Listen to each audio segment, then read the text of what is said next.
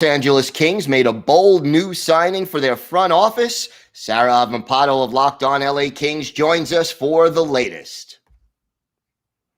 You're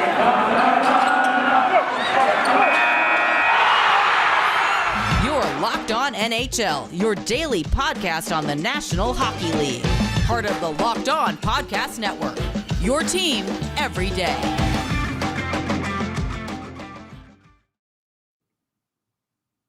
All right, everybody, and thank you for joining us here for the Monday edition of the Locked On NHL podcast. Gil Martin, glad to be with you, and thank you for making Locked On NHL your first listen every day. We are free and available on all platforms.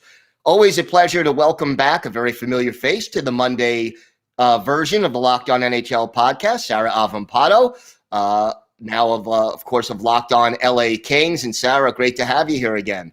Always glad to be here. I wish it would be under like really fun circumstances sometimes, though. Well, we'll work on that. We'll get there. We'll get there. I mean, these aren't bad circumstances, I hope. I mean, okay. We'll see.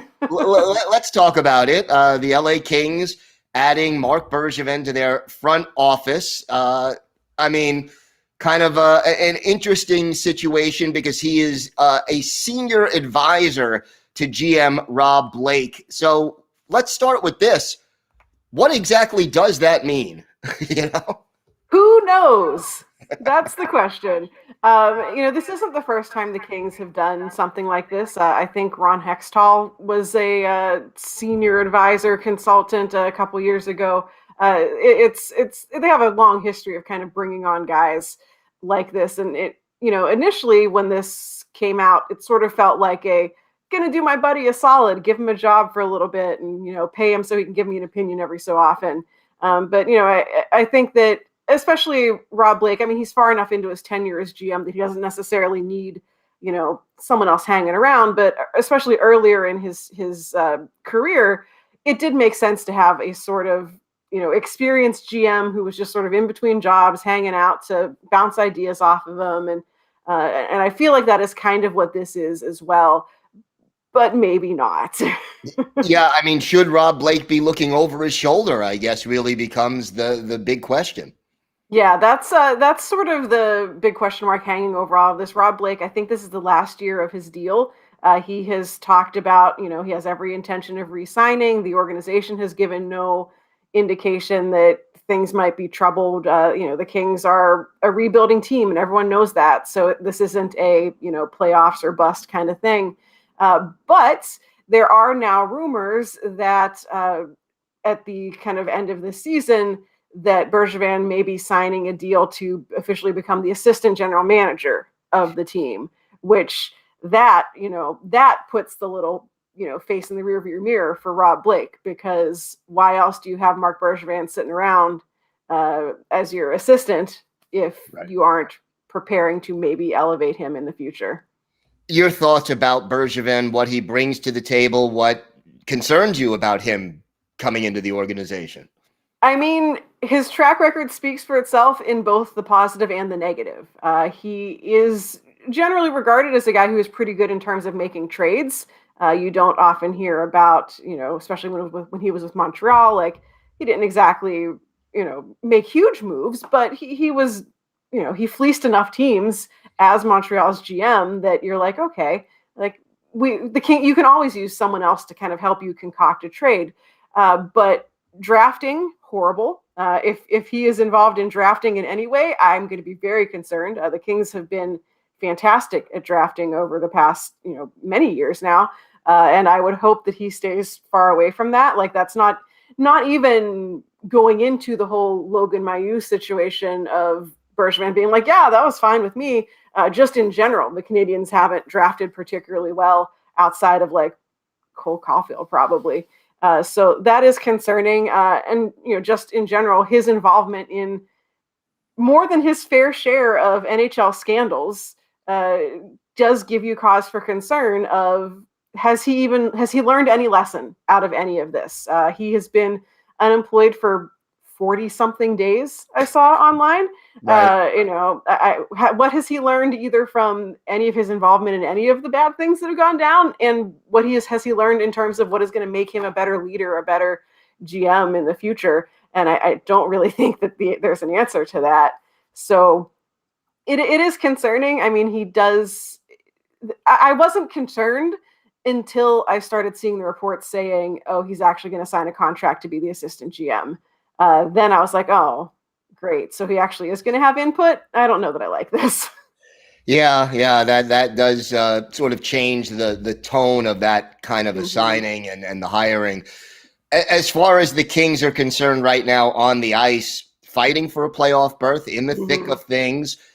Nice shutout win over the weekend. And well, let's start with this because I think I have to ask this to every host.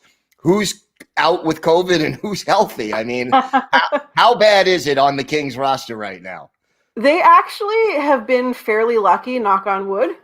They have had just a few guys out at a time. It's never been more than 2 or 3 guys out. I think the latest additions to the COVID list were both Alex Iafallo and Alex Turcotte, and both of those guys are. I think Turcotte just got taken off the list, and I'm pretty sure that Iafallo is as well. So I think they may not actually have anyone on the COVID list after the next couple of days. So they have been very lucky, and the silver lining is that it has given some of the younger players the chance to step up. Alex Turcotte, until he got COVID, was getting his feet wet in the NHL. It opened a spot for Martin Ferk, who has been down toiling in the AHL, but is back up with his very, very heavy shot and already scoring. So fortunately, injuries aren't too bad, and COVID has so far not been as huge of an impact as for other teams. I think only the games that they've had rescheduled have been because of things impacting the other team. I think that a couple games up in Canada they were supposed to do that they have not been able to get done yet. Talk to me a little bit about Jonathan Quick. It's almost like he's gone into a time machine and has really gone back to the way he played a few years ago as compared to the last couple of seasons. Yeah, it has been. If you asked me at the beginning of the season, what would my surprise storyline have been? It definitely would not have been this. Quick, we all kind of saw as a guy who's on the downswing of his career. Numbers just kept getting worse year after year, and you're like, okay, well, he's still around. He's a great backup kind of guy, good veteran mentorship. And then this year, he came back looking like 2012, 2014 Jonathan Quick. And it's been good because Cal Peterson, who was supposed to be kind of inching towards becoming the starter, has struggled. So I was really glad to see him get that shutout in against Detroit because, he gets a little confidence back. He made some good saves. So hopefully we get him rolling too. But yeah, Jonathan Quick has looked phenomenal. He has been a big reason why this team is currently, at least last time I looked at the standings, in a wild card position. So it's very unexpected, but I'm not going to complain about it. Who are some of the surprising players offensively who have helped this team get to where they are right now? One big surprise for me has been Adrian Kempe. He's still very young. He's a Swedish forward who, has been sort of the bane of Kings fans' existence at times because, he's a first round draft pick. I think he was pick number 30 or 31. So, basically a high second round pick essentially. But of course that comes with the pedigree of, well, you're a first round pick, you should be amazing. And he has just been very streaky as a scorer. He'll have, 3 or 4 games where he's scoring all the time and then go for 20 games without a point kind of player. And then this year he has been playing on the top line. He currently leads the team in goals, which is very unusual. Usually it's Kopitar leading the team. But I think it's a contract year for him. So you're like, this kid's going to get paid. So we'll see how that works out. But it has been a refreshing change of pace to see him actually consistently chipping in on offense and just making smart plays all around, and has been a big driver of putting the puck in the net, which is something the Kings can always use someone to do. No doubt about that. Sarah, why don't you tell our listeners and our viewers where they can find the show and where they could find you on social media?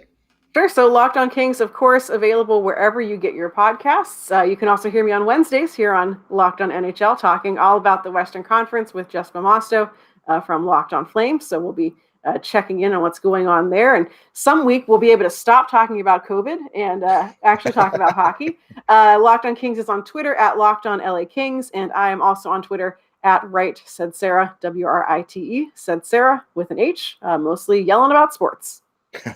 All right, Sarah Avampato, always a pleasure to have you back here on the show. Thanks for having me.